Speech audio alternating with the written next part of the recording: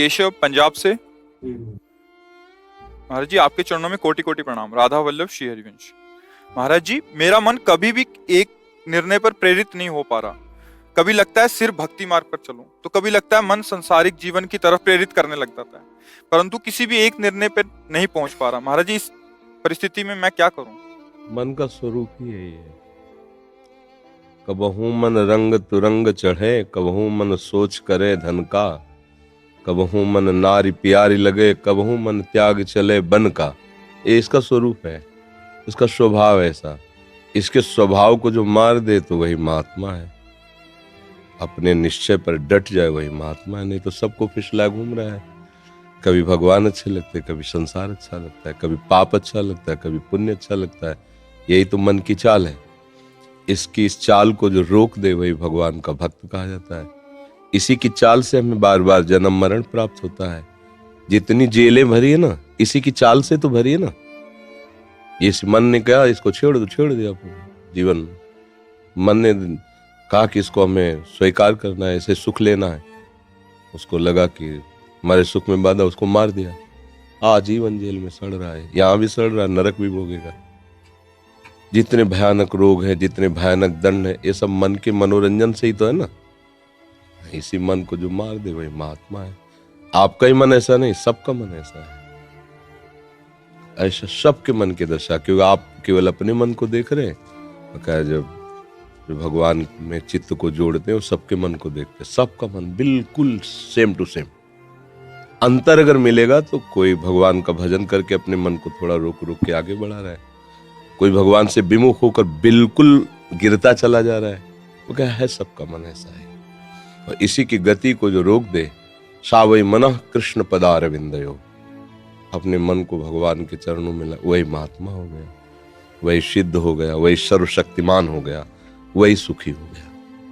मन हमारा जहां लगता है तो इसका स्वरूप है तदाकार करना। इसकी आदत है, ये जिसमें लगता है वही बन जाता है। जैसे समोसा चटनी, तो मन ही समोसा और चटनी दोनों बनकर रसेंद्री में स्वाद भी ले आएगा, है नहीं कुछ। वो सामने बढ़िया गरम गरम समोसा, गरम गरम खाओ, कितना स्वाद है। अब वो एकदम संकल्प है, मुझे अभी भोगना है, मुझे अभी चाहिए। मैं बस इसका काम यही, ये तुरंत वही बन जाएगा जो चाहेगा, यही बन जाएगा कोई भी भोग। और भोग के संयोग के पहले ही तुम्हें सुख का स्वाद कराएगा। ऐसा अब आप पागल हो जाएंगे उस सुख के लिए, बस वो ले जाके दुख में डाल देगा। इसका यही, इसकी चाल को जो समझ जाए वही विद्वान है, इसकी चाल को रोक दे वही बलवान है, और इसको रोक कर भगवान में लगा दे वही महात्मा है। इसलिए नाम जप करो, नाम जप से बल आता है और सत्संग से विवेक आता है। दोनों की जरूरत है। जैसे हम जान गए कि हमें यहाँ पैर नहीं रखना, अब हमको इतनी ताकत होनी चाहिए कि हम अपने पैर को रोक के इधर बढ़ावें। तो ताकत मिलेगी नाम जप से, और ज्ञान मिलेगा सत्संग से। क्या करना चाहिए, क्या नहीं करना चाहिए। तो दोनों बातें हमारे जीवन में यदि हो, नाम जप हो और सत्संग हो, तो हम मन पर विजय प्राप्त, केवल मन पर ही विजय प्राप्त करना है। बहादुर वो नहीं है जो पूरे संसार पर विजय प्राप्त कर लेता है। उसको भी कहीं ना कहीं देखा गया बहुत ही गिरा हुआ स्तर।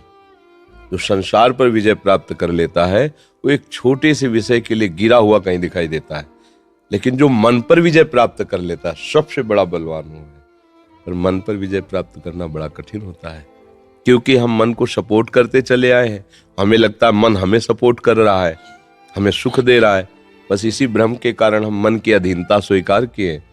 अगर मन को अधीन करना है तो पहले ये मानना होगा कि मन आज तक सुख नहीं दे पाया, ये फंसाता ही रहा है।